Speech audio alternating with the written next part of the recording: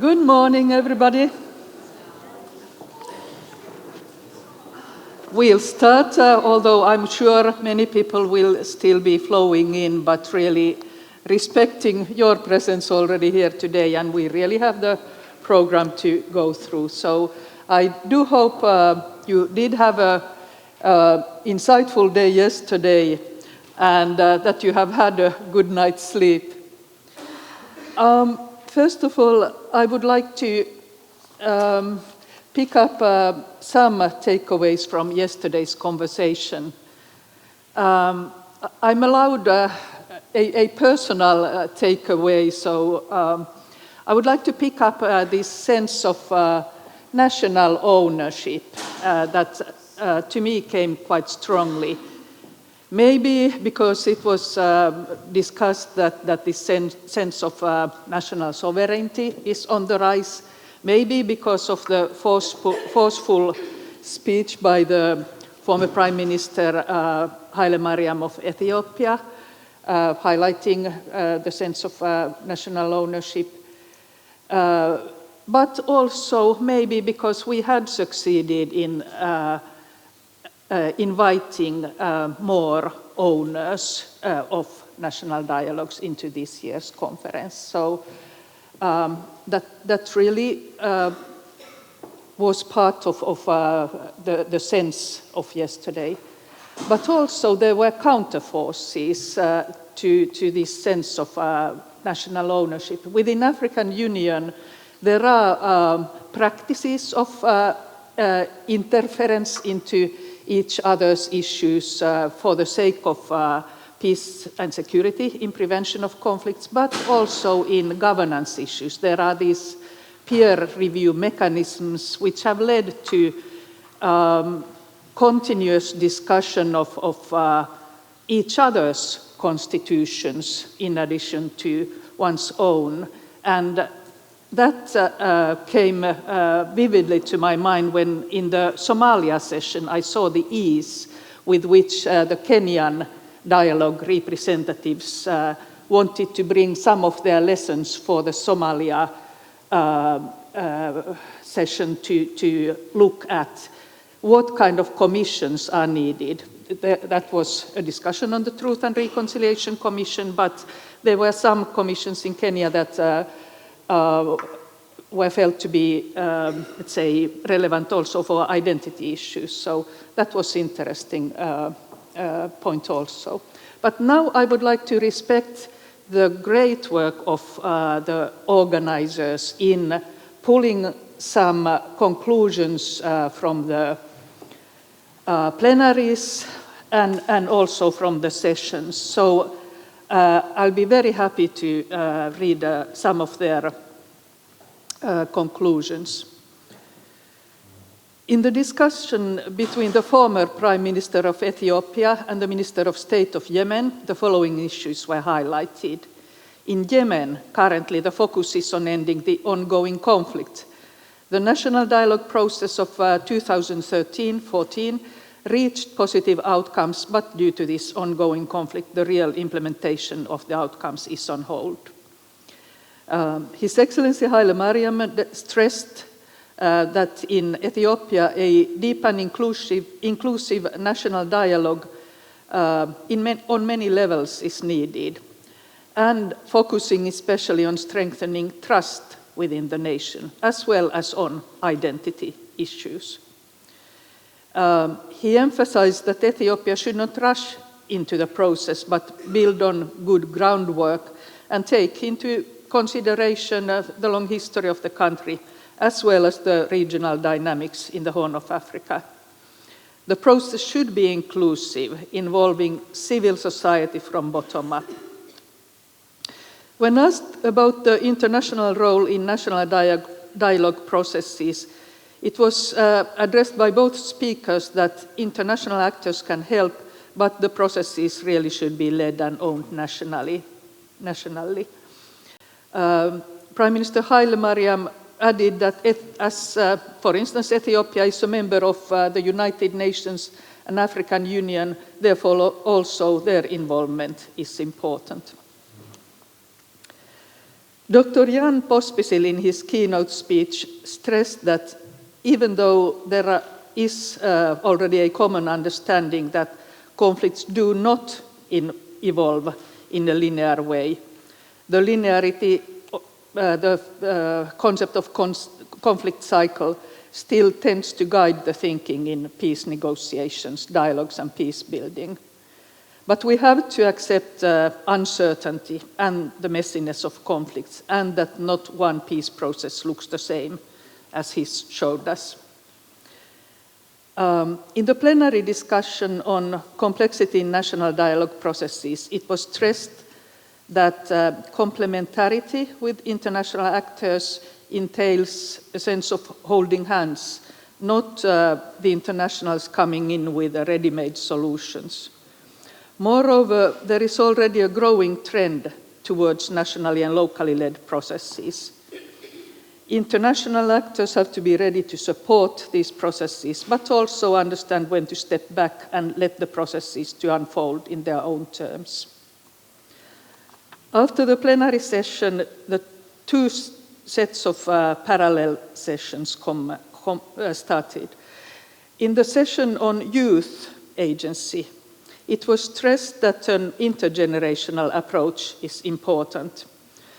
Young people, they are active, they utilize various strategies to mobilize for peace. For example, reverse mentoring with elders, they forge strategic alliances with decision makers, they network, there can be fellowship programs, and they do mobilize against abuses of power.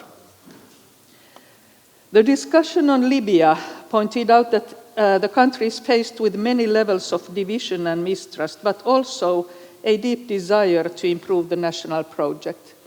Both aspirations and fears need to be addressed in Libya, and there is also the need to pacify the regional and international involvement in the conflict.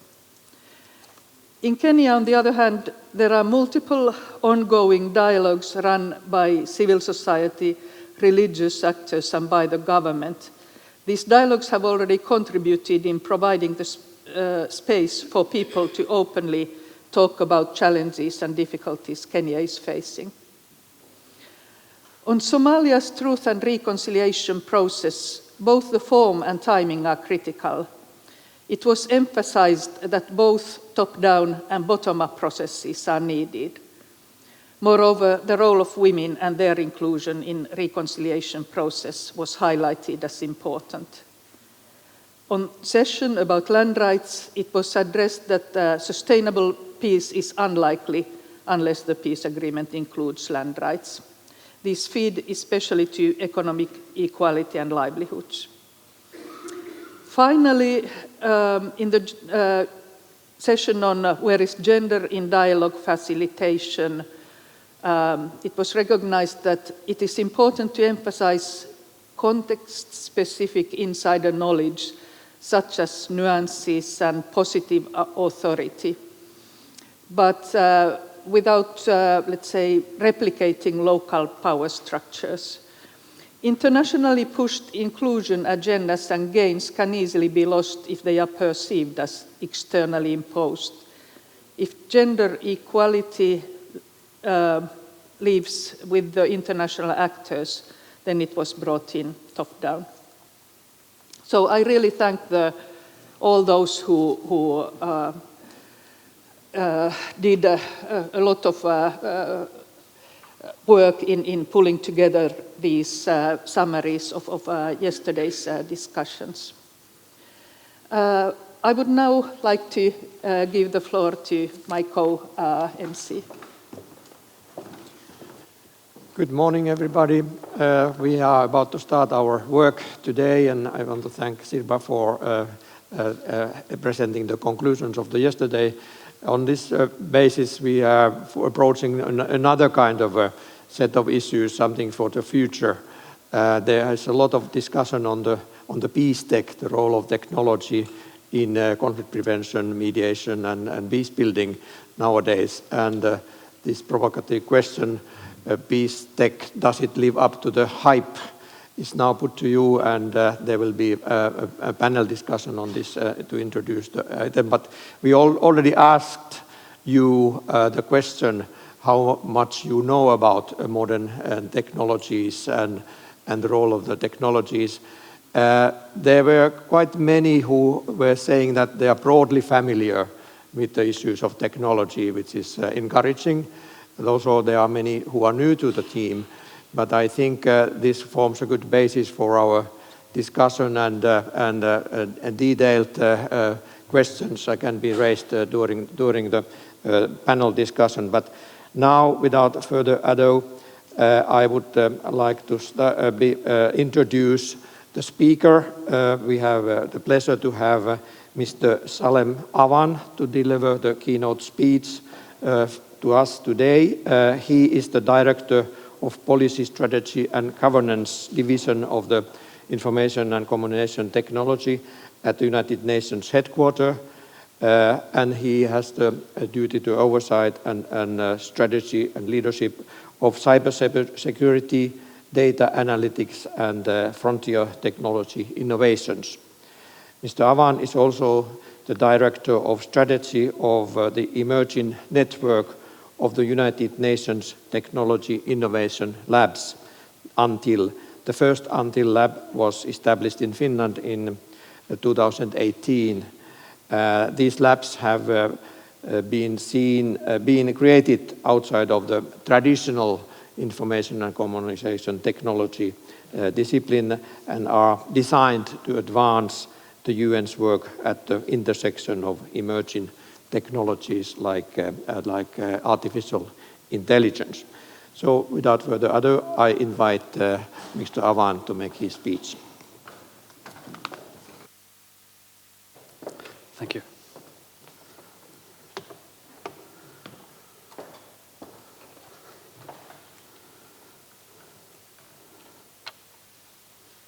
Okay, thank you so much. So it's an honor to be here at the National Dialogues Conference. And thank you very much for the introduction. As was mentioned, so I'm responsible for innovation technology, cybersecurity, policy, governance, strategy for the United Nations. Myself, I'm kind of very engaged and very interested in the kind of themes you're talking about. I am currently in New York, but previously I was in Croatia, in Iraq, in Bosnia-Herzegovina, in Western Sahara, Sierra Leone, Eritrea, and Ethiopia. So I was lucky enough to have served in many, many different countries in many situations, usually either immediately in the aftermath of conflict or during the conflict. And certainly, like yourselves, the time that I spent in the field was some of the most interesting and exciting time that I had in the UN. What I would say is that while I saw a lot of wonderful things, I saw a lot of things that were very hard to see during those years, but I certainly wouldn't change any of it from my perspective. What I want to do is just talk to you a little bit about the UN, what the UN is, what it means to me, what we do, and then I want to talk about the two aspects of technology. I'm not going to go into detailed technology talk. I'm going to talk about the potential negative aspects of technology and cybersecurity, and then some of the positive opportunities that emerge from technology. I have this thing that I do sometimes when people come to New York. When I'm speaking, I ask people questions about the UN. You know, how many member states are there, how many official languages, etc., etc. And it's always a good way to start. However, I tried it last year in Finland, and it was terrible. Because everybody knew all of the answers. So every Finnish person knew everything about the UN, when it was founded, how many member states, etc., etc. So we had this thing that was supposed to be interesting, but it was not. So I'm not going to do that here. What I will tell you instead is the organization, of course, started in 1945. The charter was signed in San Francisco. At that time, there was 51 member states. Now, I'm sure that every Finnish person and everybody else knows there's 193. The most recent entrant into the United Nations was South Sudan. The organization has at its core 3 or 4 elements. It has the idea of peace and security, international law, development, and human rights. This is very much a kind of post-Second World War concept. Now, I want to just explain a little bit about what the UN means to me, because this is something I think about a lot. So if you look at the Charter of the United Nations, the original charter written in 1945, it says the following words. It says, "We, the peoples of the United Nations, determined to save succeeding generations that twice in our lifetimes that have seen the scourge of war that has twice in our lifetimes brought untold suffering." Okay. I want to just break that down a little bit. First of all, I want to say the very beginning of that sentence is "we, the peoples of the United Nations." So I want to just make clear that to me, the way I internalize that, the way I think about that is that it is not we, the organization, it is we, all of the people of the UN. So all of humanity. The second thing I want to highlight, and this is important to me, is that when the United Nations was formed, it said, "We will save succeeding generations." They did not say we will save ourselves, they said we will save succeeding generations. So I think it's important to recognize that that charter and that promise was really about us, our generations. It was our fathers, our mothers, our grandmothers, our grandfathers that established the organization. And I think that that's an important thing to note, because if you look at the mandates and the responsibilities of the UN, they are so great, they are so, I guess, complicated and difficult to achieve that many of them have not been achieved yet. We don't have universal peace and security. We don't have universal end to poverty. We still have human rights issues. We still have a lot of disparity and development opportunities that we need to undertake. So what I would say, and the way I think about it, is that when we didn't achieve the goals of the United Nations, then that responsibility falls on us. And it falls on us for the succeeding generations. And I think that's something that is important to me in the United Nations, because the notion that the organization in a building in Manhattan will solve these challenges, I think is a fallacy. I think fundamentally, and I think this is why this kind of forum is very, very important, I think fundamentally the mandates of the organization have to be addressed in partnership, in this large kind of multi-stakeholder approach. And without that, I think that we would struggle. I also want to highlight one thing. I know that it was a reflection of the language that we used at the time, but the end of the sentence, the preamble to the Charter, that says, "brought untold sorrow to mankind." And again, just noting, it was language from 1945, but I also want to mention there was a Security Council resolution. It was Security Council Resolution 1325. And it was not until 55 years later that we recognized that women and children are the most vulnerable in times of conflict. So I wanted just to highlight that.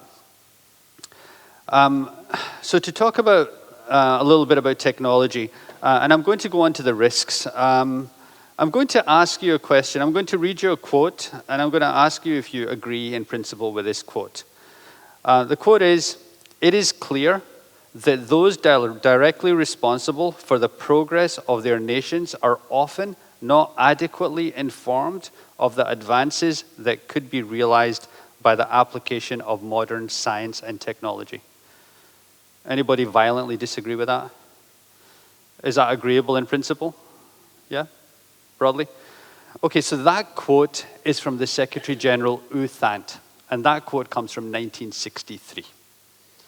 So even 56 years ago, we were talking about the idea that we would really need to engage science and technology to advance the work that we're trying to do and advance the member states.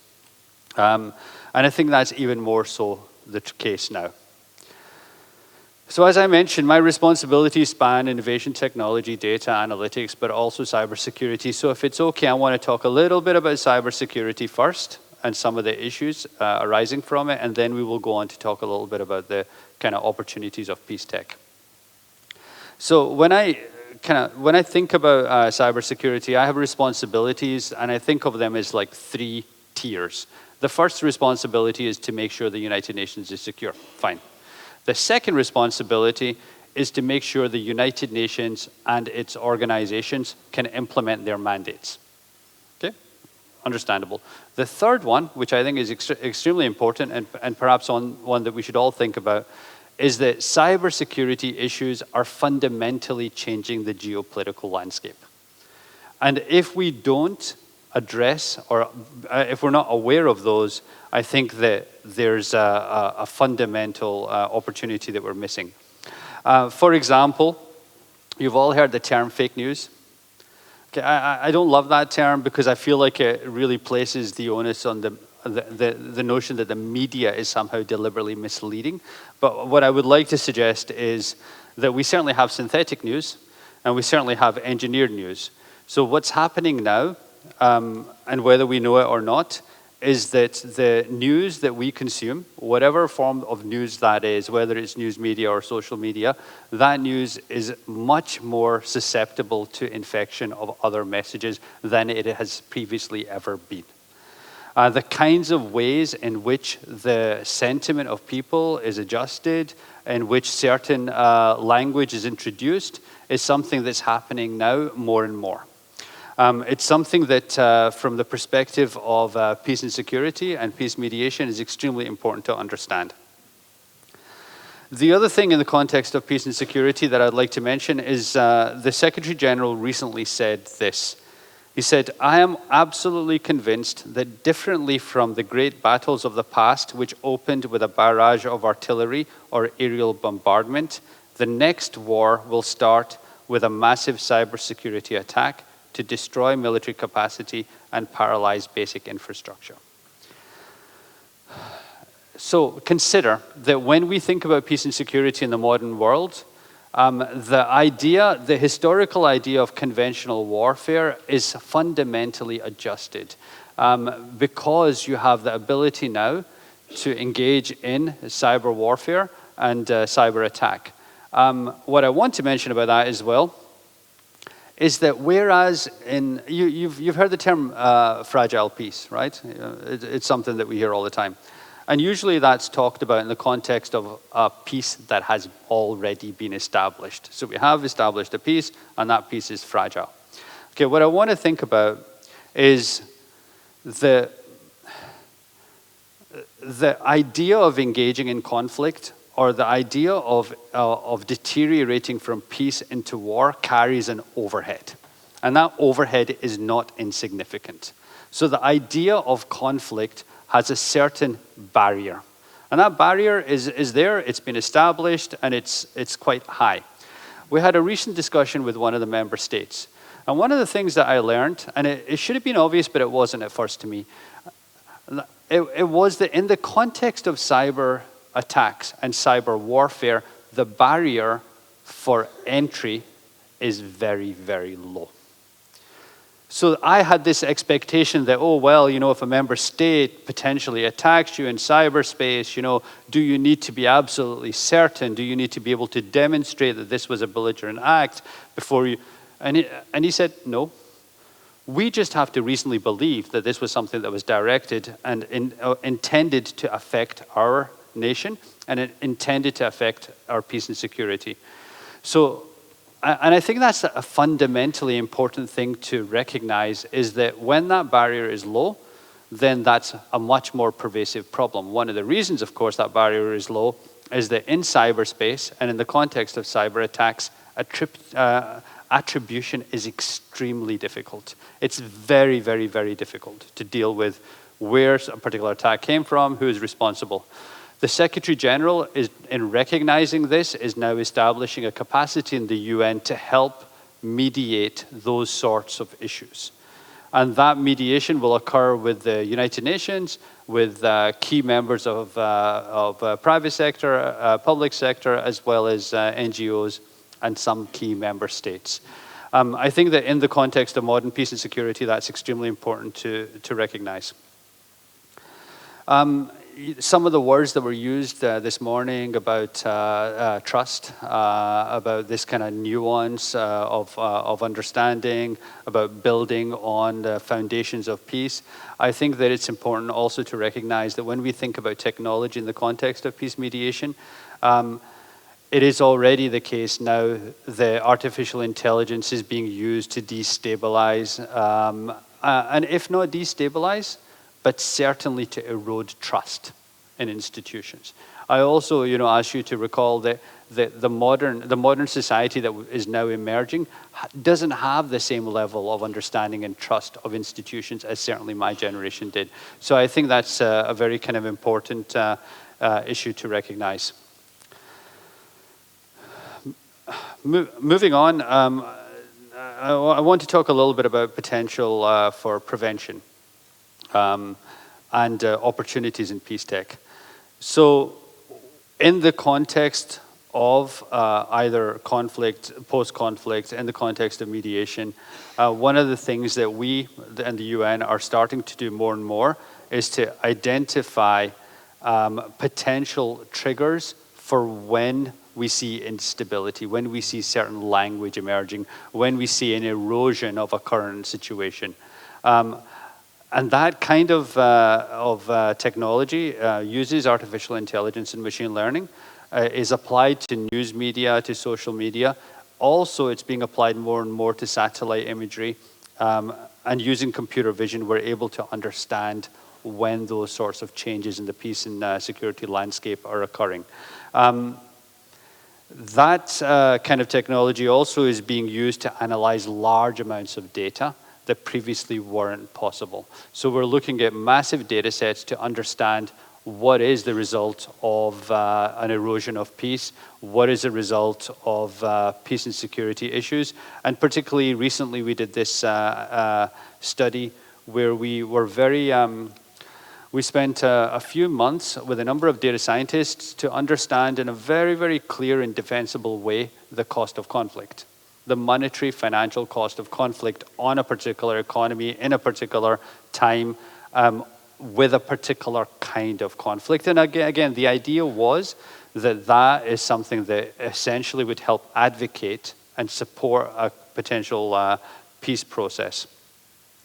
One of the things that we're able to do now with technology that we were previously never able to do is we're able to identify really complex correlations and patterns. These things manually were not possible, and certainly with traditional computing, they were not possible at all. One of the areas that we were looking at applying this is, I mentioned earlier the idea of synthetic news, the idea of fake news. The identification of that requires very advanced computing power and very advanced artificial intelligence systems, because those kinds of intrusions into information are being generated by artificial intelligence. So I think that's something that we've been looking at. So the identification of what is real and what is not real is something that we've been trying to understand and trying to look at and trying to use artificial intelligence to really recall. Have you seen some of these deep fake videos? It's quite alarming. In a sense, it's very alarming. In another sense, I think common sense suggests that most people will be skeptical depending on the context of what's being said. However, it is important to note that that kind of messaging can very easily be false now, whereas previously we certainly had this notion of certain news outlets or certain information sources being more credible than others. But now it's very difficult to tell, and I think there has to be some layer of technology that allows us to understand that. I mentioned earlier the idea of data. One of the things that I think we should really think about is, in the context of mediation, is these identifying inflection points. When is the situation changing? When are the sentiments changing?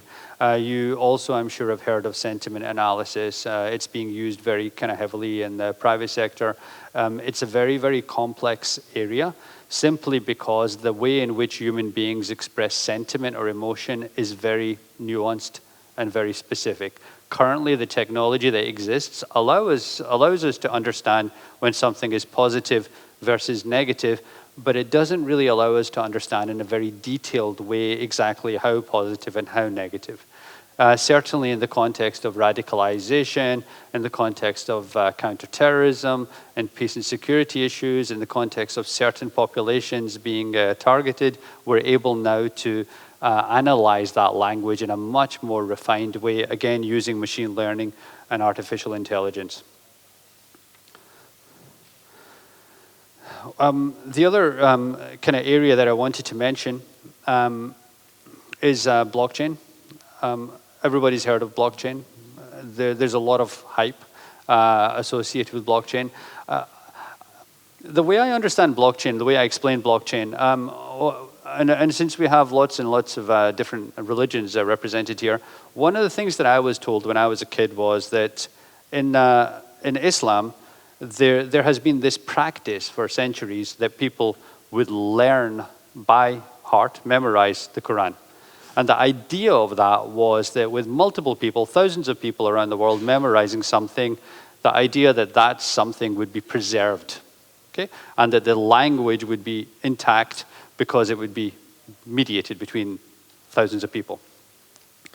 Blockchain effectively is that kind of concept. Without going into the details of the technology, it allows us to be able to know that something that is recorded is universally understood to be the same. But being the same does not make it true.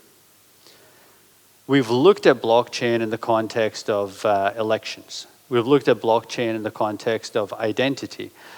We know that we can apply those kinds of technologies to these sorts of areas. And by doing that, we would be able to know with some certainty that a particular understanding of facts in one place is the same as the understanding in a different place. I think that allows us to have commonality. But I think that certainly areas like blockchain, although important, have to be connected with and used in conjunction with other technological advancements like artificial intelligence. And of course, the other thing that we will talk about, I guess, a little bit later is that technology now has the ability to create a much more inclusive society. More than 50% of the world are now connected to the internet. So we had a 25% growth in social media in Africa in 2018. So fundamentally, the idea of being able to bring more and more people into a much more inclusive society has become possible and in a way that it never has been before. The last area of opportunity, I think, for artificial intelligence is that one of the things that we can do now is we can do modeling. So for example, we had recently looked at the Kenyan elections. The Kenyan elections, the last Kenyan elections were relatively peaceful. The elections before that, there was unrest. So we had looked at identifying, using the previous Kenyan elections to understand what had happened in order to build predictive models. So put in other language, artificial intelligence can now allow us to develop plausible narratives of what would happen in one scenario and another. So I think that certainly in the context of peace mediation, the peace and security world, we're able to model and understand exactly how things would unfold in a different reality. What I wanted to just mention now is, just to conclude, a couple of things I wanted to say. So traditional peace mediation, as it has been something we've been doing for millennia. It's something that is very much a part of our engagement with each other. And certainly whenever there's been conflict, we've had to deal with that. When it comes to technology and data, I think the role and the influence that it has on peace mediation it's no longer a choice. I think that fundamentally, technology and data will influence peace and security and will influence peace mediation. Technology, of course, can be used to engage folks and engage people and populations and include people, but it can also be used to disengage and exclude. Technology is and will be used to create stability, but it's also being used to create instability. But one or two things, two things from my perspective are very true of technology, regardless of everything else. First and foremost, technology and the way that it's being used is changing the tempo of how human engagement is occurring. So when you think about the way in which a particular conflict would emerge, escalate, de-escalate, and then we would return to peace, that timeline is shrinking. And I think that's largely because technology is allowing information to move much more effectively and much more pervasively. The second thing, and I think this is important, is building on the first notion that technology and data has an impact. One of the problems I see is that it continues to create asymmetry. So I mentioned earlier that you have this idea that member states are being attacked by other member states, but that asymmetry is now to the point where it isn't simply just member states attacking member states and creating an erosion in peace. It is potentially individuals. It is potentially organizations. It is potentially hacktivism. It is any number of actors that are impacting cyberspace and potentially peace and security structures. So the reason I mention that is asymmetry in the context of peace mediation is extremely important when thought about in the context of technology. And if we don't engage technology, that asymmetry potentially increases. When we talk about peace tech and data, it isn't the technology and the data that comes first at all, and I just want to mention that even though it is obvious, what we must understand is what does the peace mediation process look like, what does peace and security look like, and how does technology support that? So ultimately, it's something that has to come from yourselves. And the requirements and expectations that you have will drive the technology that support you in what you're doing. I think that in the context of, again, peace and security is extremely challenging, extremely complex, and I think the technology that goes behind it will have to be equally challenging and complex. The last concept that I want to mention, and in the introduction we talked about UNTIL. The UNTIL is a United Nations Technology Innovation Lab network. Just to give you an understanding of the context of that, at the beginning of 2017, we wrote to all 193 member states, and we said we would like to engage technology and innovation. The Finns are very, very interested in statistics and numbers and charts, and the Finns were first to come forward and say, we would like to engage with you, we would like to establish a technology innovation lab. The first Technology Innovation Lab was established here in 2018, but we've also established labs now in Malaysia, in Egypt, and we're just in the process of finalizing India. We have labs that are emerging in other member states. Now we have Germany, we have Mauritius, we have interest from Rwanda, from Botswana, and a number of others. The reason I mention UNTIL is this. When you have a really, really complex problem and you have a complex set of solutions, applying a connection between those two things is extremely difficult to do. Whether it's something like UNTIL or some other mechanism, what I would suggest and what I would propose is that we find some nexus. There has to be some notion of saying there's a point where we take all of the demands that we have in the context of peace mediation and peace and security, we're able to understand those, we're able to put those into some structured concept and pass them to this nexus. And that nexus would be the place where we start understanding and identifying the supply.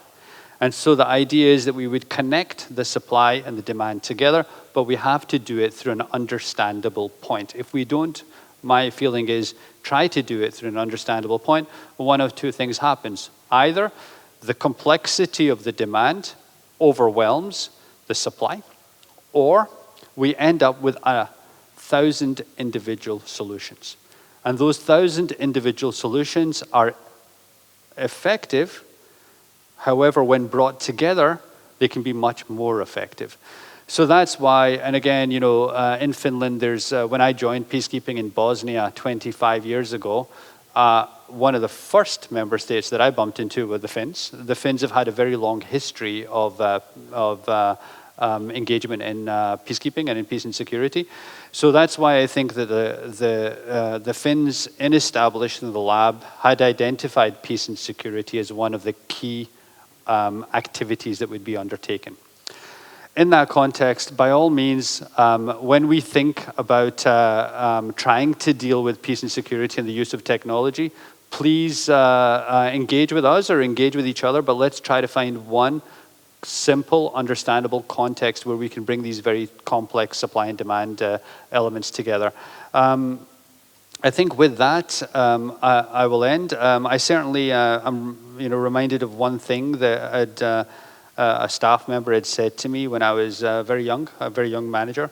I think I was 25, and again, it was in Bosnia. And he said to me, what we're trying to do here is very, very complicated and very hard. And he said, we demand good management.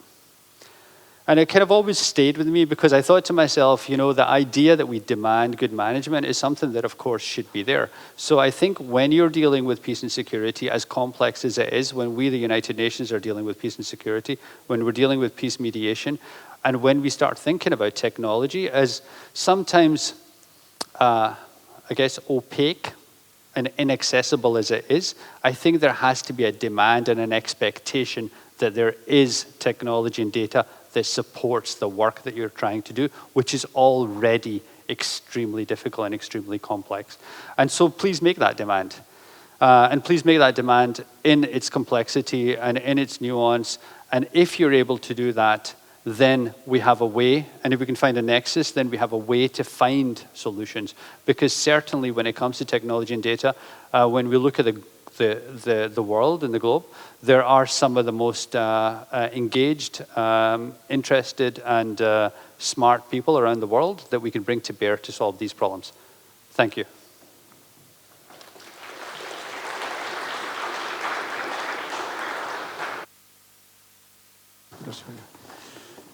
I want to thank Mr. Avan for his presentation and overview of the possibilities and challenges of the modern technology in mediation and peace tech.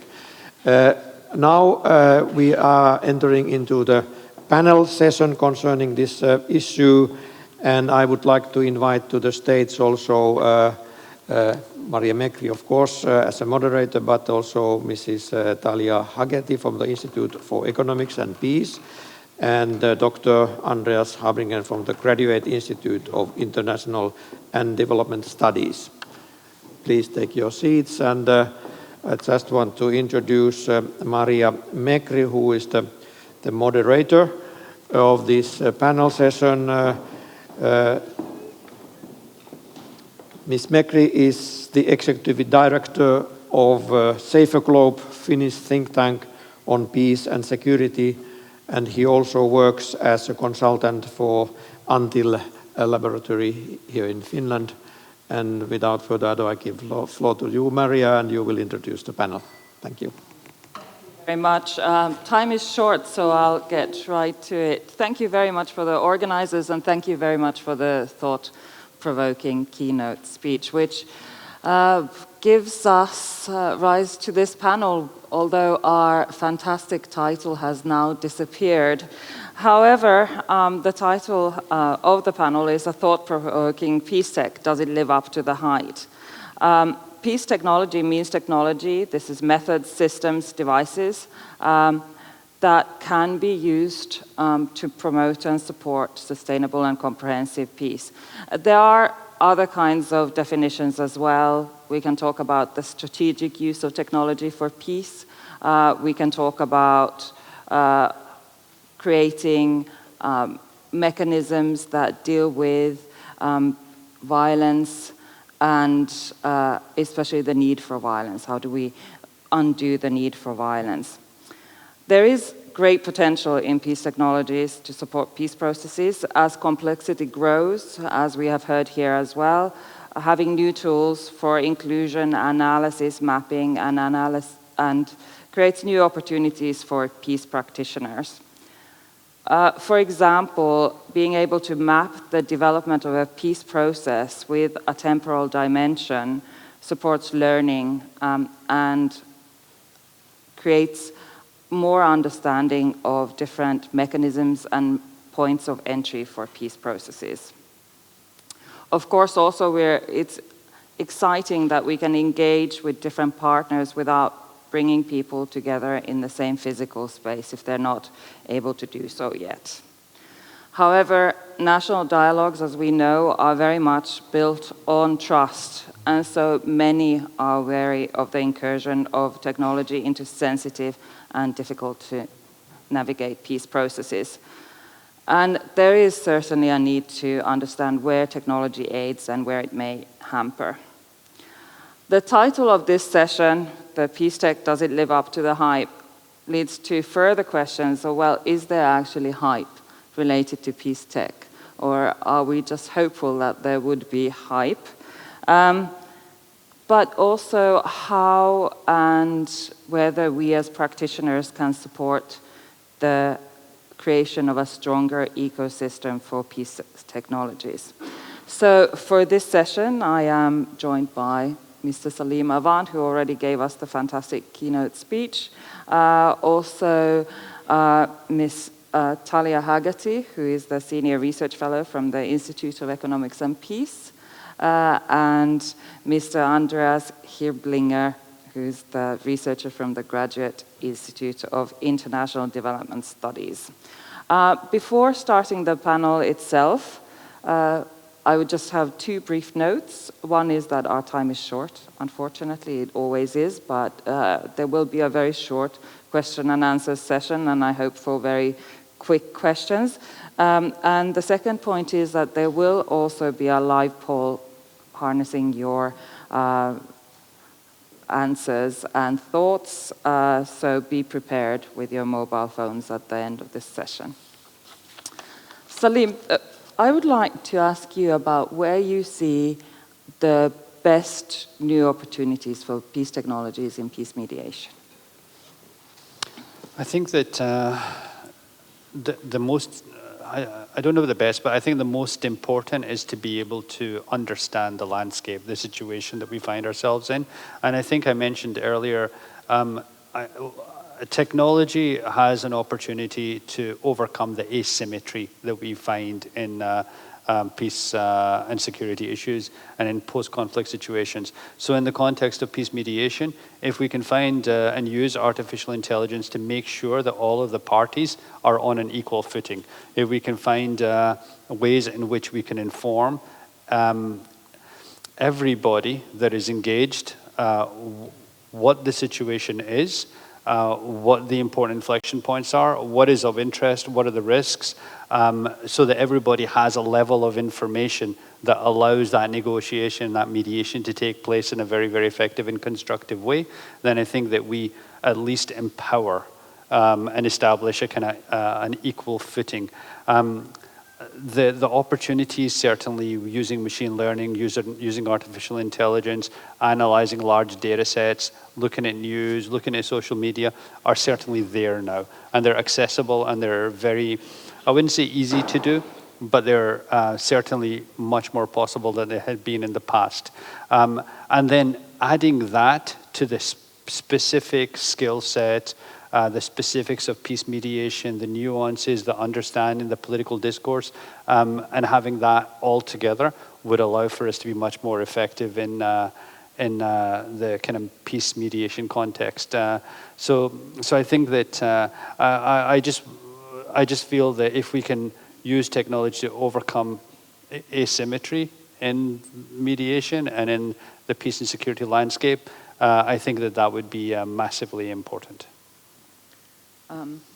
Absolutely, and of course, well, now I would like to ask the follow-up question but I am not going to because our time is short, but it is interesting because technology, of course, itself brings questions of inclusion and design of how do you include.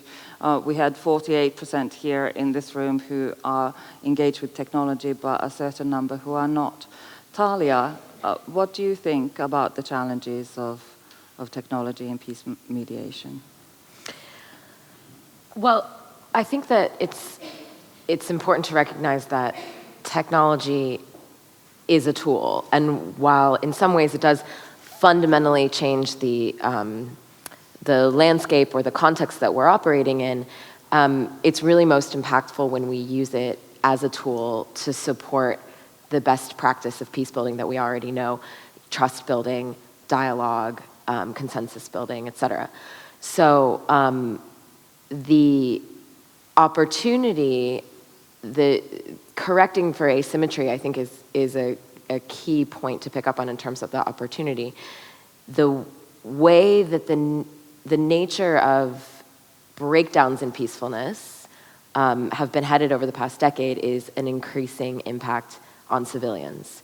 We're seeing far fewer conflicts between conventional armies and even a winding down of conventional militaries, and a much greater impact of terrorism, cyber attacks, et cetera, affecting civilians, which means that civilians are going to feel more impacted and more inspired to respond, either positively or negatively, right? So the risk is that technology, which is increasingly accessible and is changing the asymmetry between citizens and governments, the risk is that it becomes a tool of terrorism, violent crime, cyber crime, et cetera. The opportunity is that we can use it to empower people so that they are never headed in that direction to begin with. Thank you very much. Andreas, what are your thoughts? Thank you. As you know, I'm currently conducting a research project on the use of digital technology for inclusion. So you won't be surprised to hear that I can tell you that it has a purpose there, facilitating inclusion. I guess the thinking traditionally, so to say, has been that it can be used, that technology can be used to foster inclusion, especially in areas that are hard to reach, that are remote, that are inaccessible, especially to the UN or also to mediation teams. But I think increasingly we have to understand that politics and therefore conflict itself plays out through technology and online, and therefore mediators can't be shying away from engaging with that space as well. Now, my thinking is that, of course, when we talk about inclusion, we also have to talk about new exclusions that are created through technology. There's no question that 50% of the world population isn't that inclusive if we were to engage them all, but especially in conflict zones, of course, the user rate online, for instance, is much lower. And one specific problem here is that we don't really know that much. There are very few hard facts. So I think we need to get a better understanding of the new exclusions that we are creating if we do more online.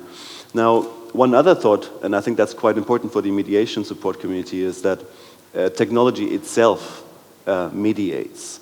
So some say it's neutral. It can be used for both war and for peace, of course. But the way we use these tools has an impact on how we talk to each other, what we know, how we know it, and how we relate. So I think there is a challenge of getting a better sense what happens here. And then I think one last point here is to say that we also need to be aware of the challenges of adaptability. So really understanding that tools, if they are built, they're always for a specific purpose. And we are looking in the research project that I currently do for USIP, we are looking at other fields as well, like the humanitarian sector, the development sector, and there sometimes it's more straightforward to actually define the purpose of technology itself, especially in the humanitarian field, where it's quite clear there's a flood, now we need to understand the flood levels, and we need to understand what people need on the ground in terms of resources or services. But when we talk about peace building and peace processes, and I think here the topic of complexity comes up again, we really very often don't know where we need to go. So I think there is a challenge of having a broad set of tools, but also keeping them adaptable to the needs that come up on the way. Thank you very much.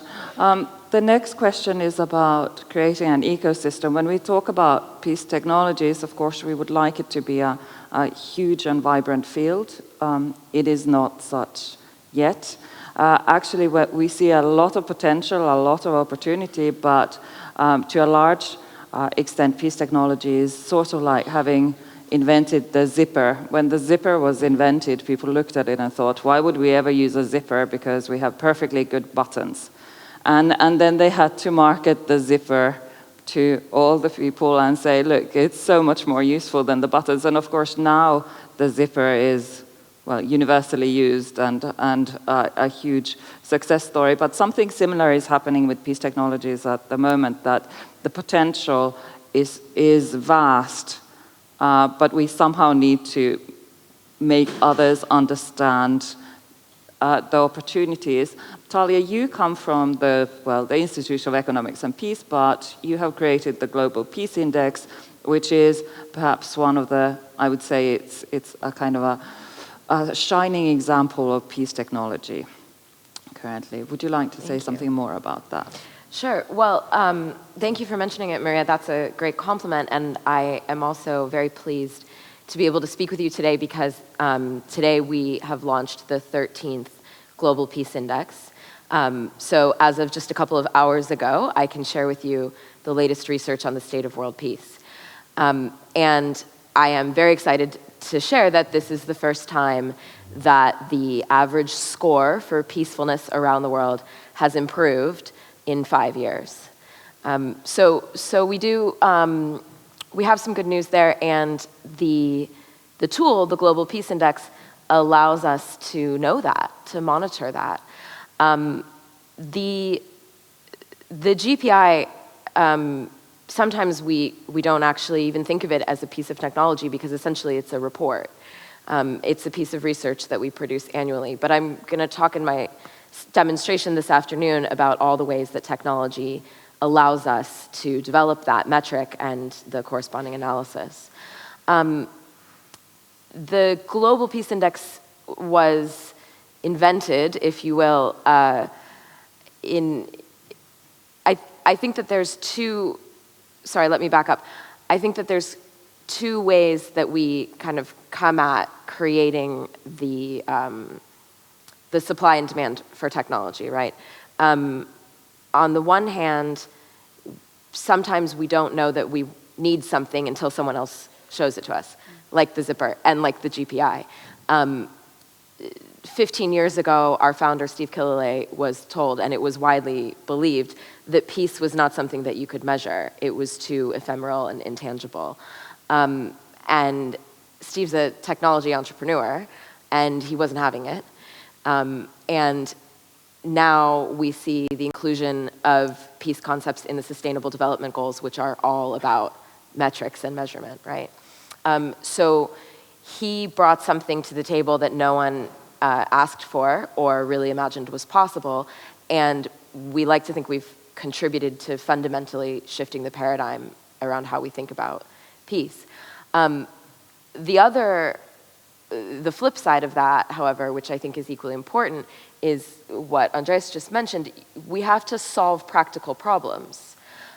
People don't use things and they don't buy things that don't solve a problem in their day-to-day life, right? So technology for peace can be another big ephemeral idea. And unfortunately, too often I see in this space a lot more talking about the work than doing the work. And I think it comes down to not really knowing exactly what we are doing, what problem we're trying to solve. We're probably not going to create a piece of technology that solves peace, right? We're going to create pieces of technology that get people in a room together more easily, that help people understand each other, translate languages in real time, be able to build trust, build consensus, build the traditional ingredients of peacefulness. Thank you. Andreas, where do you think that this kind of research that you're doing could be used to create a larger ecosystem? So I think we've just concluded a small survey among mediators and mediation support actors. And I think that was already quite interesting in terms of the findings because it showed that technology currently, at least, isn't used very equally among the different actors. It is used, for instance, much more in relation to reconciliation efforts, justice efforts, than it is in relation to security negotiations, for instance. We also see that currently the mediation support community and smaller organizations are using it much more proactively, possibly because they're less risk-averse than the larger mediation teams that have, or the high-level mediation teams that have much more attention and international exposure. So I think that's something important to keep in mind. I think what's also important to keep in mind is, in light of yesterday's keynote speech, and if we understand that peace processes are complex, that scaling up is quite challenging, and the idea that you can zip up conflict, you know, is a nice one, but I think conflict is quite diverse. So I think if we talk about scaling up, then I think we may want to talk about scaling up capacity building, training, and skills generally, but if it comes to the solutions itself, I think scaling up might be a quite dangerous thing. Also, I think having a monopoly over basically regulating demand and supply, or understanding demand and supply, might be making the system, the ecosystem, as you call it, much less stable. I think what's also interesting is that conflict parties themselves use technology quite a lot, as we know. We've been talking about fake news before, but they of course use it for their own communications and so on. But they rarely, and that's what our survey has found, they rarely approach mediators and mediation support actors and ask them to use technology proactively in their mediation efforts. So we really need to ask where the demand is coming from. And if we now go to the population on large and other conflict stakeholders, I think there we really have a challenge of having people in those places that know what technology can deliver and have the power to innovate in those spaces where conflict occurs.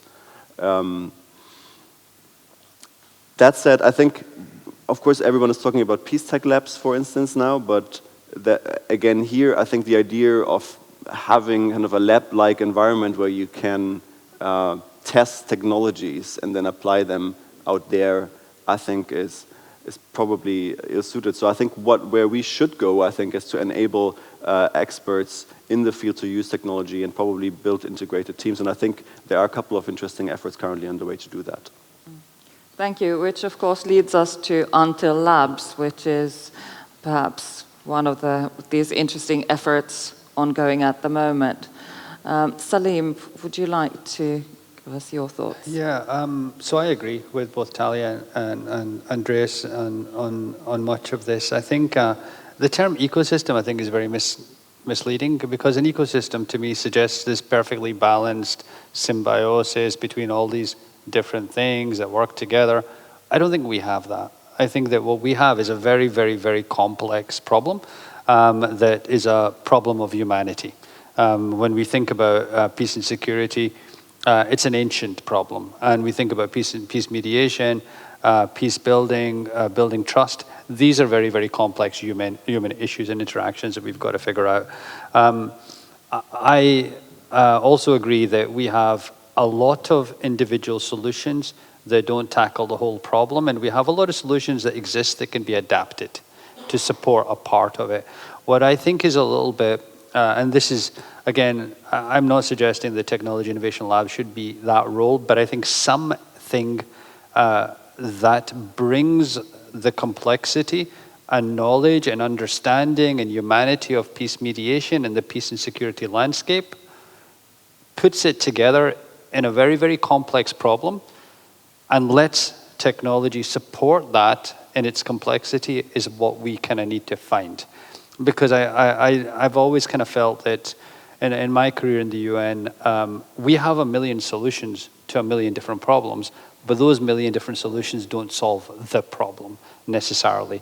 So I think that we do need to find a way to kind of concentrate to explain the problem and its complexity and concentrate the solutions to meet that demand.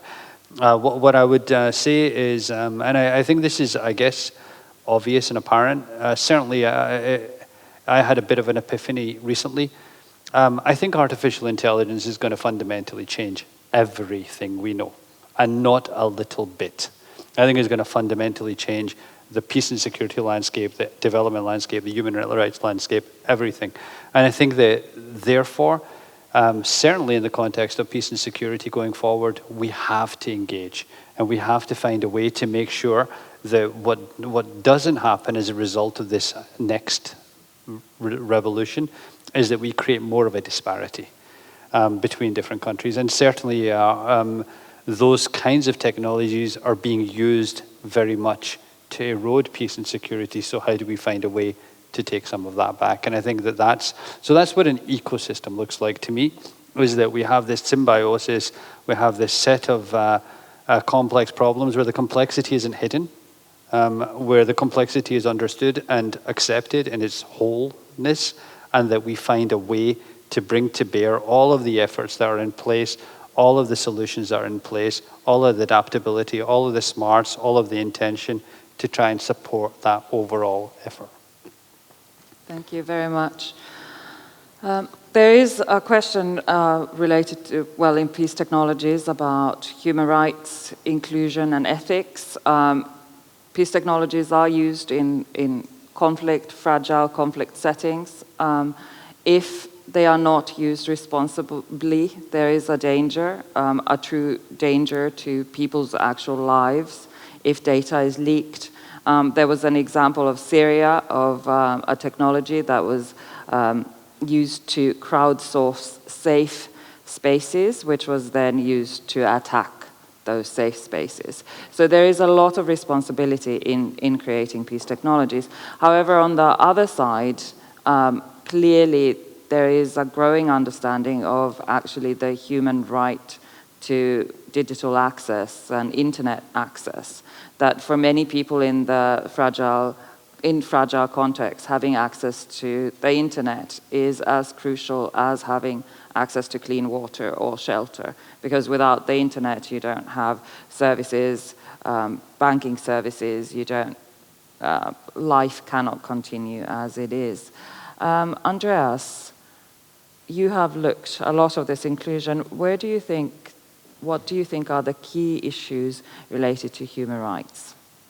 Yeah, I have to say I'm not a human rights expert, first of all, but of course, once we consider using technology for inclusion, we will be running into ethical issues. And I think what's quite important there is that it's not necessarily the technology that we have to blame or that we have to regulate, but I think it's much more about how we use it and for what purpose that we need to be aware of. Of course, as I've mentioned already, technology might produce new exclusions. I think that's very important to keep in mind when we talk, for instance, about language barriers, but also, of course, access issues, gender roles and relations and culture comes in there as well. So I think a conflict-sensitive approach and analysis before technologies are applied are quite important. I think what's also important, especially if you go to places that aren't very well connected, is that the idea that the use of technology, especially if you talk about ICTs, will just flatten the network and everyone will have access, is most likely to wrong, because people will access through technology through intermediaries. I think in development that's pretty clear. You will have people who are more literate, data literate, technology literate, and they will be facilitating access. So that's also changing the power dynamics and the power structures in those conflicts and in the context in which we work.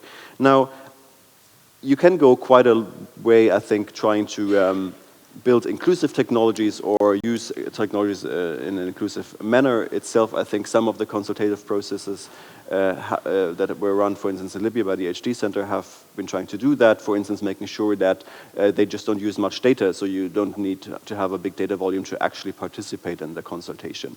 Now, there's one other point I think that's more crucial to make if we talk about the ethical implications of technology, and that is the risk that if we use technology specifically for data analysis, and I think you mentioned sentiment analysis also, that if we use it at the same time for inclusion, that we are doing one thing, and that is we are kind of splitting the data that we collect from the voice of the people. And I'm a bit afraid, and I think maybe that's a future scenario and we have to see how it plays out, but I'm a bit afraid that we'll be seeing an increase in technology use for data analysis, automated analysis. You could call this some kind of passive inclusion, where people voice themselves, voice their concerns on Facebook, on Twitter, and so on, and then that information is kind of skipped off, taken to the analysts, but you actually have less engagement with the populations in kind of an interactive format. Now, some say that's just similar to running polls, and polls are important for political decision-making, of course, but I think there is a risk that if we replace conventional consultations forms or formats or conventional participation formats with this kind of analysis, and we feel we already know what the population needs, that we take their potential of kind of authoring their own opinion and authoring their own voice. And I think that we're running into a question of, can we still make sure that people are able to represent themselves in these processes? I think that's something to consider. And then one other aspect, I think, is, especially if we talk about artificial intelligence, and once we understand that technology itself actually mediates, I think at some point we need to ask critical questions about who mandates this technology in a specific setting. I think what's currently happening a lot is that mediation support actors, and just everyone uses WhatsApp, uses messaging services, Facebook, etc., and you can freely choose what you use. And I think that's important. So you can, you know the implications of using WhatsApp versus making a phone call. You will know that the kind of conversation you will have through WhatsApp is different from having a phone call or a video call, and you know what's best for you in that situation. But once you install, I think, kind of bigger platforms that you use for consultative processes or to support peace process on large, then I think there's a challenge of having stakeholders have a say what they want to have, because it's basically just the same question of regulating access to the negotiation table or not, in a way. Thank you very much. Salim, these questions of ethics in technology must be your everyday headache. Yeah, I think that we also have to know that at the level of member states, there isn't a universal approach to the way that technology is used. They have vastly different perspectives. They have vastly different interests. And certainly, when we think about the ethics of technology, I think that one of the main challenges still stems from the fact that many of our legal structures, our international kind of humanitarian law structures, and even the UN as a whole is based very much on a physical world of sovereignty and borders and international kind of dialogue. In the context of technology and the internet, those kind of constructs don't really exist in the same way. So there's still this kind of tension between trying to overlay the kinds of understandings we have of legal structures and ethics on a landscape that doesn't really suit those. And we had a resolution come out, actually we had 2 resolutions come out recently on the use of cyberspace. And the reason we had 2 is we had one that was proposed and by the US and a number of member states, and one that was proposed by Russia and a number of member states. So you still have that dichotomy in trying to apply, the idea of kind of ethics or structures to the technology landscape and the internet. The one comment I would like to make is I think that technology has a role of can mediate in and of itself. I think, unfortunately, one of the things I hear is the fact that we use Facebook versus WhatsApp versus whatever else is really just a result of market forces. And it's a result of the fact that there's millions, hundreds of millions of people using these platforms. And now, when we go to those same companies who hold all of the power and say, hold on, what about ethics? Then, of course, where is that foundation of ethics? Is it in that company? Is it in the national interest of that company, in the DNA of that particular founder? Is it in the legal structures that belong that company belongs to. And it's very, very difficult to understand that in a way that makes sense. I will mention that, and I think it's something that Andrea said, just to pick up on that, I think Talia also mentioned it, is the idea of privacy. So when we really kind of have to start thinking about, if we have one kind of approach to technology and peace tech, if we're able to kind of make that a coherent something, we have to really make sure that we have the balance between openness and privacy, because in the current context, an erosion of privacy has real life impact on people, and we're finding that all the time. I recently learned of this horrific cybersecurity attack where somebody had gone in and hacked into a hospital and basically made it look like people, CT scans were showed disease where there was none. The motivations and the ethics around that are extremely difficult to understand, but it's certainly very troubling. So I think that we really need to kind of understand how the issue of ethics fits into the current landscape that we have. And I don't think that we should leave it to what is out there at the moment in terms of the commercially successful companies. We really need to engage at a kind of much more fundamental level. Thank you. I'd also like to point out that these issues of data actually, I mean, they're dangerous also for the companies themselves. We were just in Stockholm talking to the chair of the Hormuz Telecom in Somalia, who was saying that there's no way that they would ever share any data with anyone, because if they shared data with one party, they would be asked to share data with another, actually risking the lives of the people that work there. Talia, in your work, you have to, one of the challenges of peace technology is this simplifying complexity that you have to draw. If you are going to create standards and criteria, you have to create some kind of boundaries. And creating those boundaries in themselves has ethical connotations. How do you deal with these challenges? Well, that's an interesting question. In a certain way, sometimes the boundaries are drawn for us by the technology itself, or by the application of the technology. So, for example, we are asked about conflict sensitivity in quantitative analysis often, and it's a really difficult topic. I think it's probably okay for me to share this story. A partner of ours in Nigeria was, I think, quite shocked and appalled to learn that the Institute does not verify every account of a fatality from terrorism that goes into the Global Terrorism Index that we produce each year.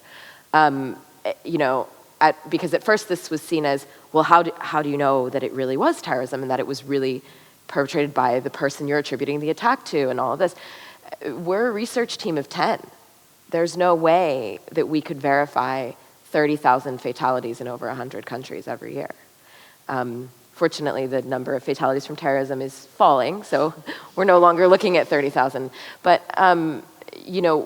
the traditional ways of approaching things like conflict sensitivity are becoming increasingly impractical in a world in the context of big data, and that's not even quite truly big data. But that doesn't mean that we abandon the ethics and the principles that that the field finds crucial to our work. I think Andreas, you made a very good point about the divorce between data and the people it's meant to represent. And it's quite topical to bring up the issue of polling, because it seems like polls don't work anymore. That's a pretty major problem in global politics right now. But the thing we shouldn't forget is that it's not just a nice ethical principle to remind ourselves and each other that the people who have made their opinions known have the right to stand for those opinions themselves, right? I would go further and say it's not only about protecting their engagement it's very important to protect their ownership of those experiences and perceptions and realities, because there's a fundamental fact of human psychology, which is that if people don't feel that they own the solution, they won't see it implemented in their communities and in their workplaces, in their families, what have you.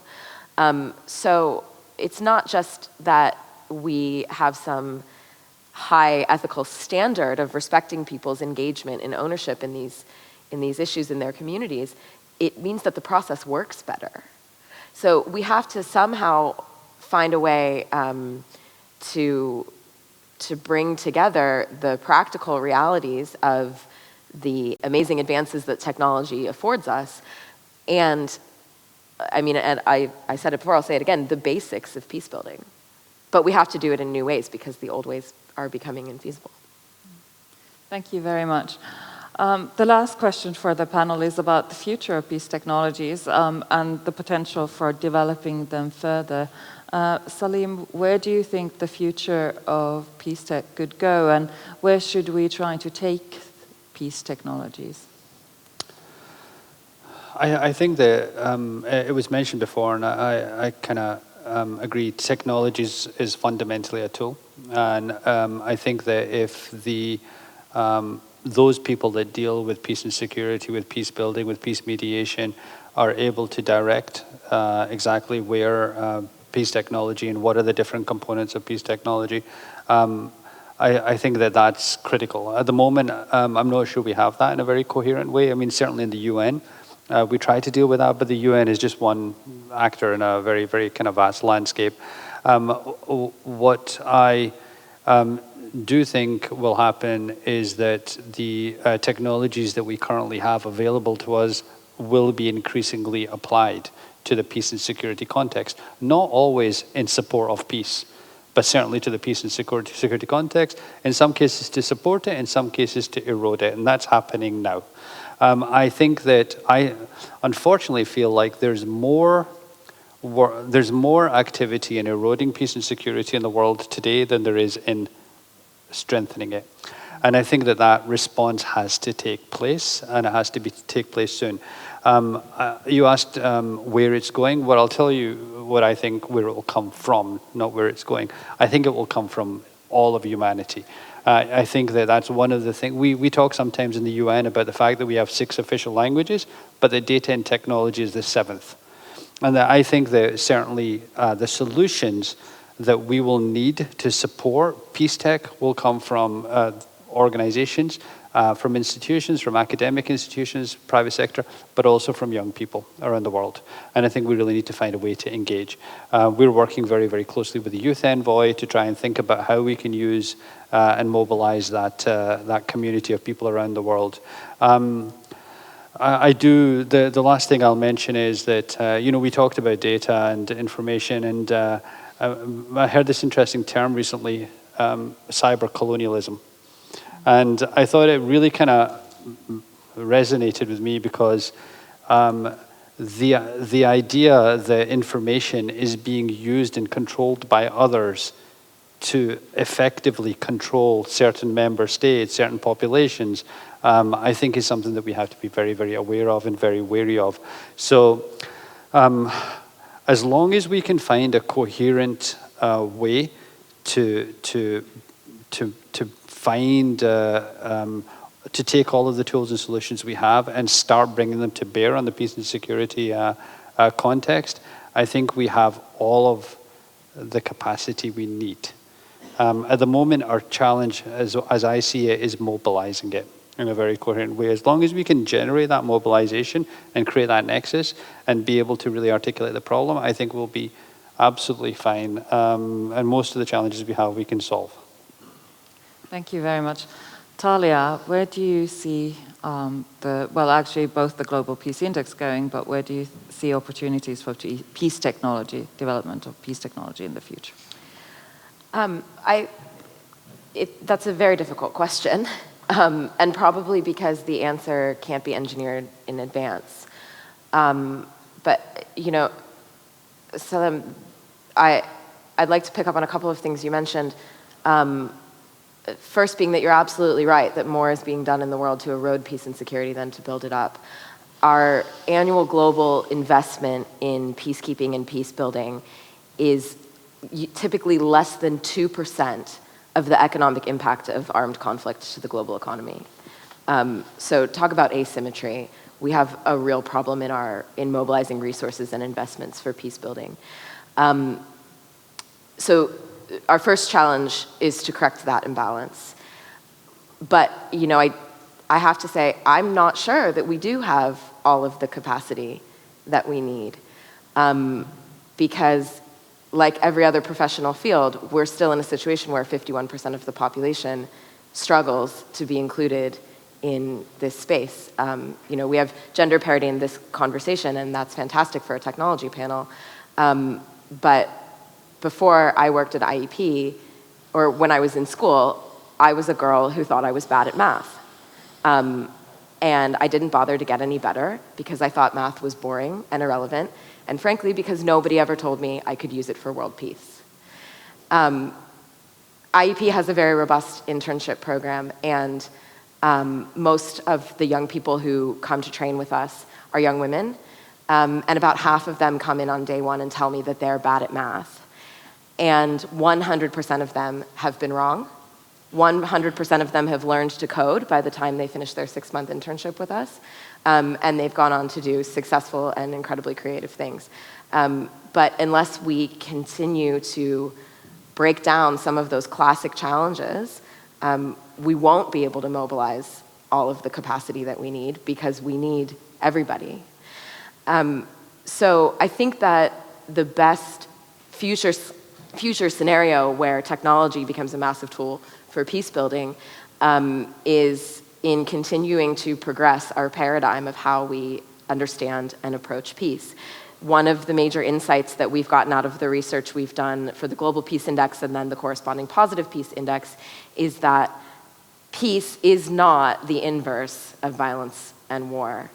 The things that lead to breakdowns in peacefulness are not the same thing. The opposite of them or the absence of them is not what leads to improvements in peace. So we don't want to be, you know, I think the reason that we call it peace and security is because the security aspect would see someone coming to the brink of a cyber attack and a security mechanism stopping them. But the peace aspect is when they never go in that direction in the first place, right? We build a society where people aren't conceiving of nefarious uses for technology. They're conceiving of creative, inspiring, and positive uses for it. And so that's the future we have to build. And then, you know, I think we've done most of the work. Thank you very much. The discussion around peace technology, also one of the benefits of it is that we are able to engage with industry and perhaps with sectors of the society that otherwise wouldn't be engaged with peace, actually. Andreas, where do you think the future of peace tech could be? Well, I think it's first of all important to understand that we are already doing great things today, and that we're starting here and we're moving on. I think there is a need to consolidate that knowledge more. My feeling is that there is a lot of knowledge, especially among civil society organizations, also among Track 3 and 2 practitioners, and that this knowledge should be aggregated more. I can't forget to mention our partner organization Built Up, who have been doing great work in that regard, and they will be running for us a participatory design process over the summer where we'll be trying to aggregate some of the knowledge that we have gathered and make it useful for the use of digital technologies in inclusive peacemaking. So you're all cordially invited to join that process. Of course, it's an online process, so it should be easy for everyone to be part of it.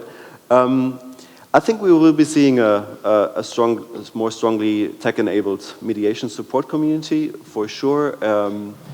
When it comes to like larger mediation support, mediation efforts, I'm not the one to tell, but I hope that we can see a stronger use there as well.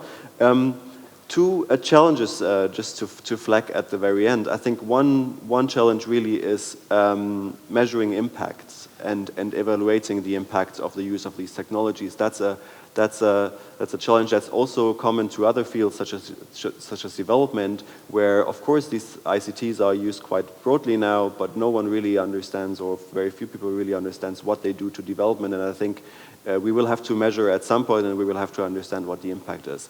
And the other question, I think, just to keep in mind at the very end, is that we still need to think about what kind of peace we get when we apply technology, and to understand that while we can work on some conflict causes, some conflict dynamics, we can try to build trust with technology, we can try to avoid escalation with technology, of course we can do all sorts of data analysis and so on and so forth.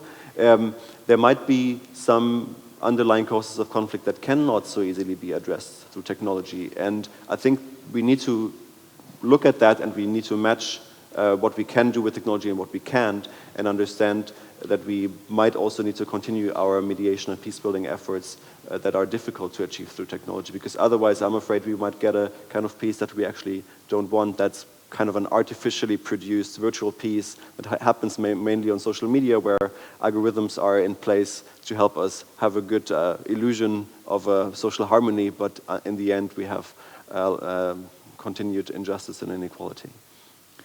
Thank you very much. Now I'm actually looking at the organizers to see whether we have 5 minutes. Okay, do we have time for the live poll? Okay, I think there should be a live poll now. I'm not exactly sure how this works. So the live poll today is, where do you think peace tech would be most useful? And you can vote using the mobile phone, or there's also a website. But as you are voting, now we have 5 minutes for questions, if there are any. Do we have microphones? Okay. There's a gentleman with 2 fingers up right by the corridor, forward a little bit there. And then if the microphone could go to the lady towards the window, and then to the gentleman behind. Good morning, everyone. My name is Timo Kivi. I'm from Finland. Thank you very much for a good keynote speech and this analysis. I just want to brief out this. We have just recently, last year, invented this so-called peace machine at the Helsinki University by the Dr. Hankala.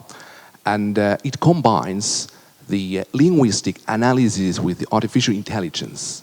How do you see that basically every conflict, every peace is made of words? How do we use the words? How do we understand the words? So how do you see this kind of innovation, like peace machine, could be facilitating the future peace negotiation, drafting the resolution, for example, at the UN?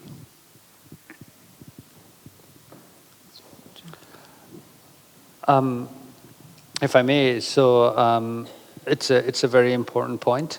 The language of peace, the language of resolutions, the language of treaties is something that's very, very specific, very nuanced, very human. One of the things that we were looking at is that the technology doesn't allow us to understand the nuance of the language that we need to understand. And at the moment we have this kind of, we talked about sentiment and sentiment, understanding sentiment. Our ability to understand sentiment is very, very rudimentary. It is useful in the context of which product people want to buy versus what product they don't want to buy. It is not useful in the context of the language of conflict or the language of peace. I think that kind of work is the kind of work that we need to continue to be able to really refine our understanding, so that we're not simply saying positive language, negative language, neutral language. We can really understand exactly what's being said.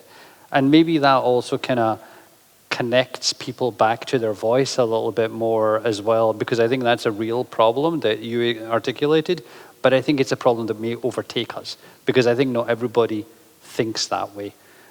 So I think certainly we are thinking about those sorts of things. We're developing technologies that start to understand the way in which language is used and to be able to use artificial intelligence to do that. But we would love to work together and think about how we can advance that, because at the moment that's an area that's still embryonic. Thank you very much. Yes. Yeah, now it works. My name is Cecilia. I work for UN Women. But before, I used to work with the former Department of Peacekeeping Operations. And you spoke about good management, and you spoke about demanding good technology and new systems, etc. But I think every time there was a new system in DPKO, which is now DPO, a lot of the older generation were quite put off by it, and they weren't really exactly encouraged. And when we, sort of the younger generation, were proposing something even as simple as an infographic, that was considered, you know, completely impossible, etc. So I was wondering how these big bureaucracies can be sort of turned around, and how can their capacity be built, and how can all these systems be made available for all the people that work for peace, and how can this generational shift sort of be you know, advanced. And my other question is, do you think there is any potential for international law to catch up with these developments? You spoke about human rights. Yeah, those are my questions. Cheers. Thank you for those excellent questions. We're really kind of getting to the core of the issues, but perhaps you would like to. I love peacekeeping. I was in peacekeeping for 10 years myself. You're right. I think that I'll just very briefly say that there is a big generational problem.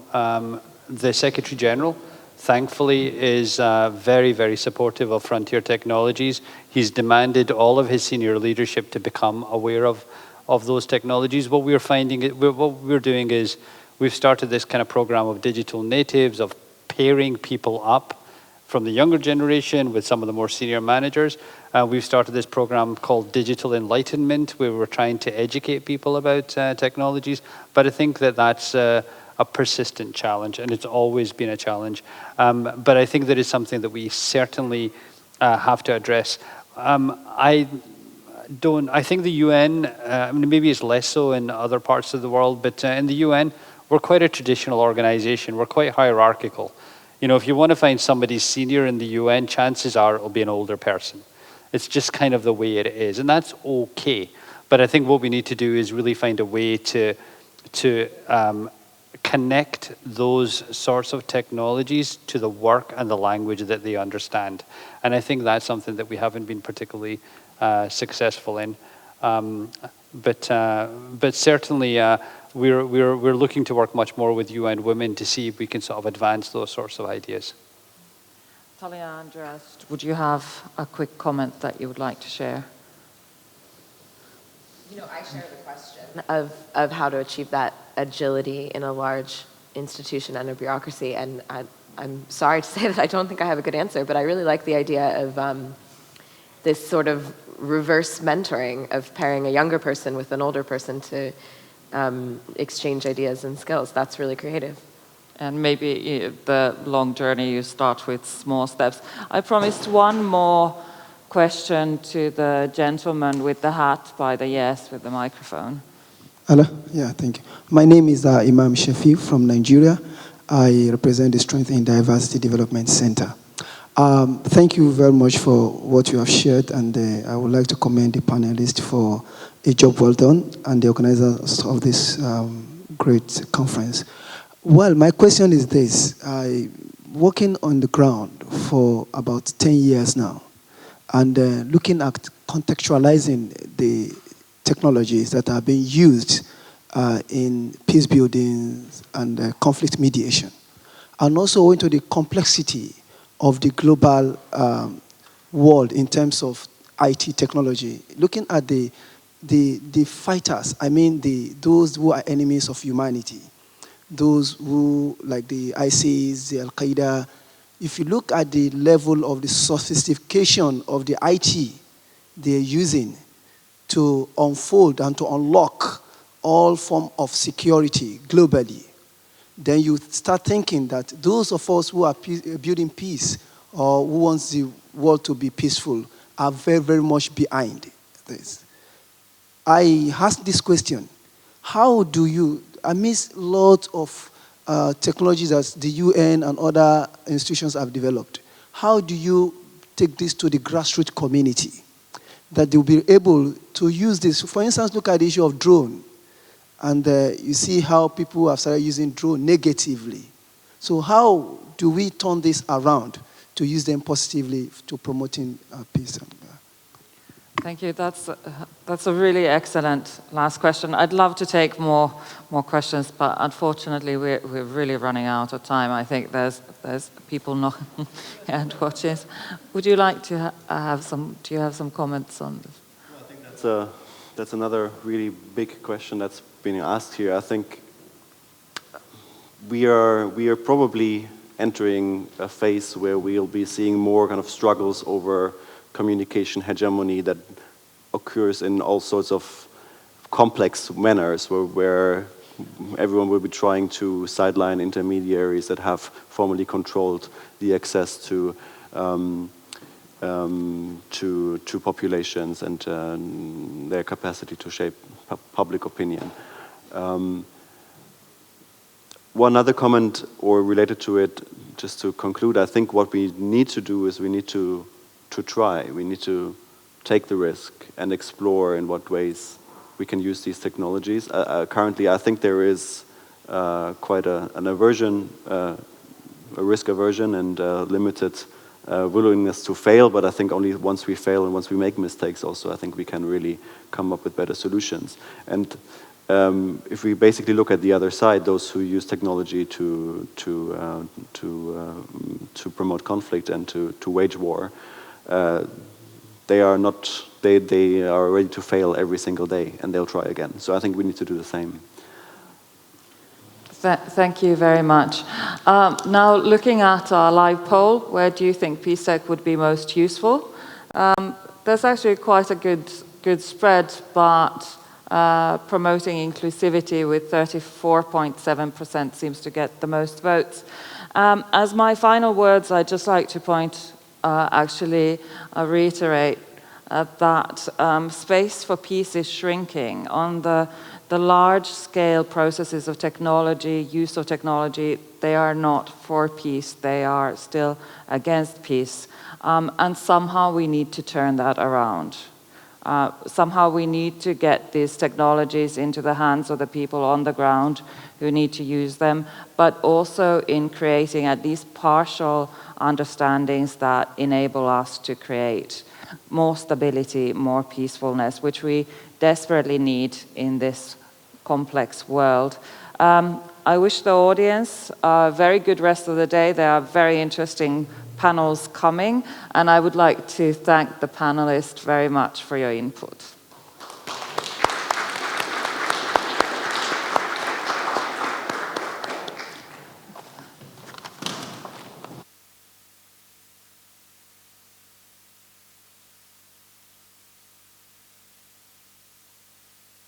Thank you so much, and just quickly some housekeeping issues. The coffee break, after the coffee break, you don't return here. Kindly go already to the parallel thematic sessions. We'll start 10 to 11, and there are several sessions both in the next set of sessions and later in the following one that will further look into the how use of PSTEC as was asked.